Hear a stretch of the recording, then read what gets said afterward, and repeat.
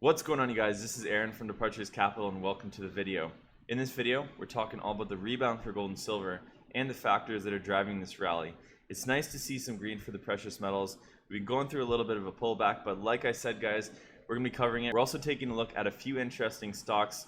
Some of the stocks that I mentioned in yesterday's video are doing pretty good today, so I'm pretty excited. Along with, we're going to be talking a little bit about some trades I made. So it's going to be a fun episode. These are your market minutes, and if you haven't noticed, it's pretty gloomy outside, but it's a green day for the metals. So for all my precious metal investors, let's be happy.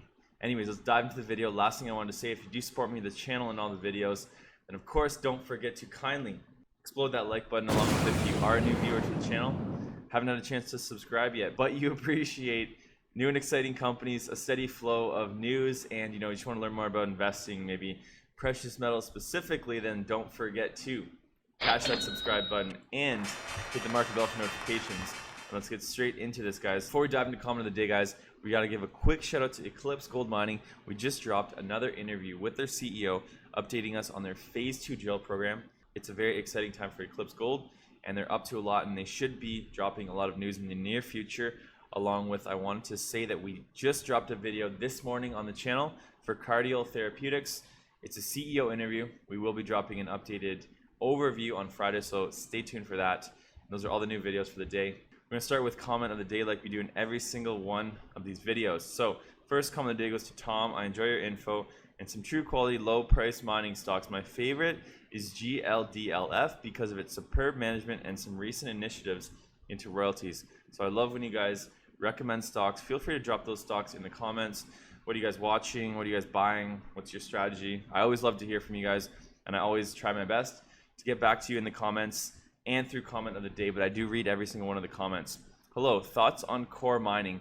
I actually haven't had a chance to take a look at that, but let's do that in real time right now. Well, this video will be edited, but as real as possible. And Core is having a fantastic day, up 14%. It was pulling back a little bit from $1.80 all the way down to $1.20 something, but we are getting a strong rebound in a lot of these mining stocks, and I really think that what's driving this rally now is the fact that the Fed literally came out and said we won't be raising rates for years. I don't know what traders thought was going to happen, or what traders thought was going to change dramatically over the last little while. More than likely they were just looking for excuses to sell gold and silver, but we've got more political tensions now, and we've got the Fed coming out and saying we're going to be doing more stimulus and we're not going to be raising interest rates. So gold, pretty strong environment still. Those are those long-term factors that are going to drive the market, and I just don't see them going away, at least for the next couple of years, if not for the foreseeable future. Next comment of the day goes to Metal Bum. Thanks for all the updates and great analysis and logic. Yeah, feedback. I think the videos are top-notch. Thanks, man. It's nice to see some positive comments. Cameron Burst, definitely make an ACB video, maybe Canadian MJ review. Germany looking good, internationally still getting better. And yeah, we'll see what happens for earnings. I don't know, guys. I don't know what I'm expecting for revenues. I think ACB is going to land somewhere in the $50 million mark. It's a tough one. I don't think that this quarter is going to be very good. We saw Afria have a tough quarter. I think they're going to get their operating expenses in line, but I think revenues are going to come in lower than expected, and we really got to see, in my opinion, some debt reduction. So still a very tough environment for that. Hero, the current gold to platinum ratio is 2.06. All-time low was 0.43. My top precious metal pick, along with silver. Very interesting. Esteban Laura, would you do another ACB live stream? I don't know. I haven't done a live stream in a while. I'd have to think about that. Last comment of the day goes to Gareem. Thanks, Aaron. I'd sooner invest in the banksters that put money in the FANG stocks. It's a big house of cards, and it's starting to get windy. I totally agree with that. But how big can they make this house of cards? Because it's been pretty ridiculous. Now, that's it for comment of the day, guys. I want to quickly say thank you to all of our new members for our full access insider group. Once again, $10 a month or $100 a year. I literally just posted 2 hot new gold trades in the group. So if you're looking for full portfolio access, at least for the public account, all the stocks I trade, buys, sells, weekly videos, private videos, then take a look at the group, guys. It's an exciting time. And I got to say, those 2 trades that I just posted are doing pretty well. Don't always catch it. Sometimes I buy the dip, sometimes I don't. But if you want to know, which stocks I'm buying or selling, feel free to take a look at that group. We also have an awesome Facebook community. So I wanted to say that, you know, we're getting a very green day for the markets. The Dow, S&P, and the Nasdaq are in the green. Nasdaq's up another 1.27%. How long can this FANG rally last? Who knows, but zero interest rates coupled with more stimulus equals higher equity prices and higher commodity prices, in my opinion. So we are seeing gold run 1.6% and silver run 4.25%. So that gold and silver ratio, yet again, narrowing. So let's take a look at this. Gold has its first big bounce in a week, awaits Fed's chair speech. So bulls in gold regained control Wednesday of the market that had floundered for a week, pushing prices of the yellow metal up almost 2% on the day as markets brace for a dollar dovish speech from the Federal Reserve chairman. So that will be very interesting to see how that goes, guys. And this is wild. The tech rally, the S&P 500 and the Nasdaq hit record highs on Wednesday as investors bought into tech stocks that have thrived during this whole global illness, following upbeat quarterly earnings from Salesforce.com. How long can this tech rally go on? Who knows, but it's tremendous, and we're going to keep following it. Let's take a look at the monthly chart for gold. And I think that gold is holding on to some key levels here. Like I said, we're watching that 1920 level, and we're also watching 1900 as those two levels of support, or at least hopefully. So far, things are looking good. Personally, I want to see gold get back above 2000. It would be really great to see gold make higher highs. So far, it's made lower highs over these last two attempts. As long as we hold on to 1900 and 1920, I think, you know, the market's looking pretty good for now. And it definitely needed to cool down. But what I'm seeing in the gold and silver mining stocks, I'm seeing heavy dip buying. So it is very encouraging. And silver's up 4%. So let's take a quick look at silver. On the month, silver is looking more bullish. And, you know, it's a little bit less than $1 away from making higher highs, at least comparing that to the last rally. So I've always been more bullish, and I've always thought that the charts look more bullish for silver. So let's, you know, hope that stays, fingers crossed. So guys, quick little analysis from Kitco on gold. So gold price to test this key level before rallying towards 2,700. This is straight from Credit Suisse. The gold rally is taking breather with buyers and sellers playing the range between 1920 and 2,000 an ounce. Going forward, the new all-time highs are unlikely until gold tests this level on the downside.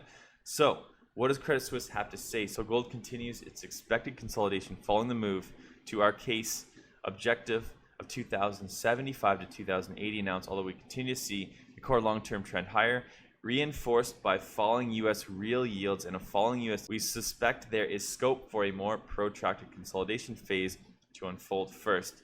They're saying watch 1867 to 1837. At present, our bias remains for a cluster of support at 1867 to ideally hold further weakness, which includes the 23.6% retracement of the 2018 low. In a sense, they think, you know, we should still be bearish on gold. It's hard to say. You know, the market's looking a lot stronger than that, but I do like to hear and see what analysts are saying. Investors jump into gold prices up 1% as tensions between the US and China increase. What's going on? So guys, rising geopolitical tensions between the US and China are giving gold a boost late Wednesday morning as prices have pushed well off their session lows. So it's every day that, you know, we see positive news in the trade war. Oh, for sure, phase one's going to be great. And then the next day, oh, negative tensions. So what's going on? So apparently the Chinese military ran 2 drills. I'm not really going to talk about it too much because I don't know how much it's censored. And they splashed in the water a day after American spy plane reportedly nears the Chinese naval drill. So more tensions. There's always been controversy surrounding that whole ordeal. We're not going to get into politics, but I simply want to state that and talk to you guys about what is moving the markets, especially the gold and silver markets today. But the NASDAQ and the indexes, they're totally shrugging off this whole thing, and it's just in rally mode. So gold, silver bulls step into buy the dips amid price uptrends. This is the last article before we give you guys a recap of the stocks that we're following, and then that will be it for the video. So gold and silver prices are solidly up midday US on Wednesday as bullish traders once again did some perceived bargain hunting and stepped in to buy the early price weakness seen in both metals. And, you know, that's what I wanted to say, guys. Some of our favorite stocks tanked quite substantially yesterday. And the first one I wanted to talk about was, in fact, Fosterville South. Now, this stock tanked yesterday. It was down over 10%. People are asking me, oh my gosh, what's going on with Fosterville? What I really think was happening was, you know, those short-term traders or investors or whatever, they were getting a little bit concerned about the rally, and then they were just looking at their positions And Fosterville is among some of the best performing gold and silver mining stocks since the IPO. Like, it IPO'd below $1 and ran all the way up to $5. So if you're sitting on 200-300% gains and you're not that confident anymore in the rally, then you're probably going to profit take on the ones that are more in the green than, let's say, a stock that's up 20 to 30%. So the sell-off to me made sense, although I did think it was a deal. And if you join the private group, you'll know whether or not I capitalized on that. Fosterville is up 13.82%, which makes me believe, people just looked at the sell-off.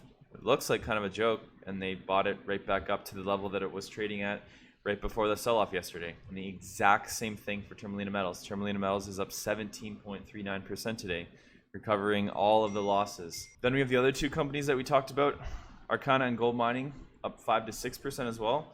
Now, it's a green day, so I'm not saying that I'm a genius when it comes to picking these stocks or whatever. The market just so happened to have a substantial bounce, but these were some of the stocks that were on the top of my watch list.